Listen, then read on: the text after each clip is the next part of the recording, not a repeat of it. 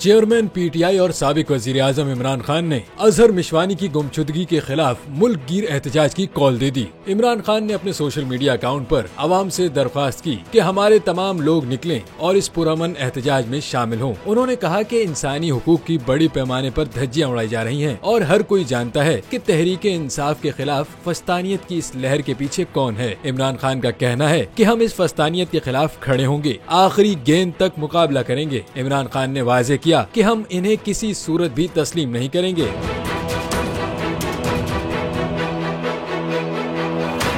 عمران خان نے مزید لکھا کہ پاکستان کے معاشی اور سیاسی مسائل کا واحد حل فوری اور شفاف انتخابات ہیں۔ واضح رہے کہ پی ٹی آئی کی جانب سے ہر شہر اور ضلع میں احتجاج کیا جائے گا۔ قبل ازیں لاہور ہائی کورٹ میں اظہر مشوانی کے بھائی مظہر الحسن نے بازیابی کے لیے درخواست دائر کی، جس میں موقف اختیار کیا گیا ہے کہ P T I social media team کے رکن اظہر مشوانی کو 23 مارچ کو گھر کے باہر سے سادہ لباس اہلکاروں نے اغوا کیا، جس کا مقدمہ لاہور کے تھانہ گرین ٹاؤن میں بھی درج ہے۔ درخواست گزار نے استدعا کی کہ عدالت پولیس کو اظہر مشوانی کی بازیابی اور انہیں فوری طور پر پیش کرنے کی ہدایت کرے۔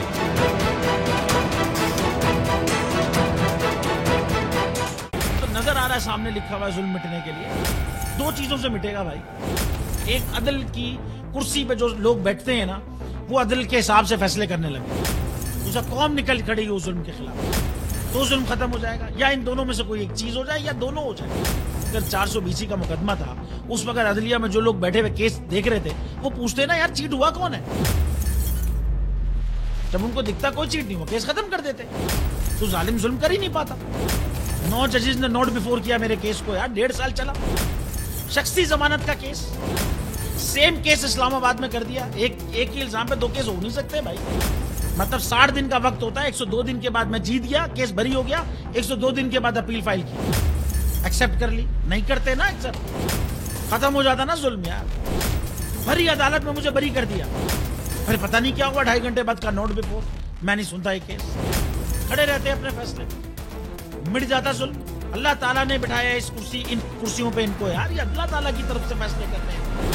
تو یا تو یہ فیصلے آئیں گے، ظلم مٹ جائے گا، یا قوم کھڑی ہو جائے گی ظلم کے خلاف۔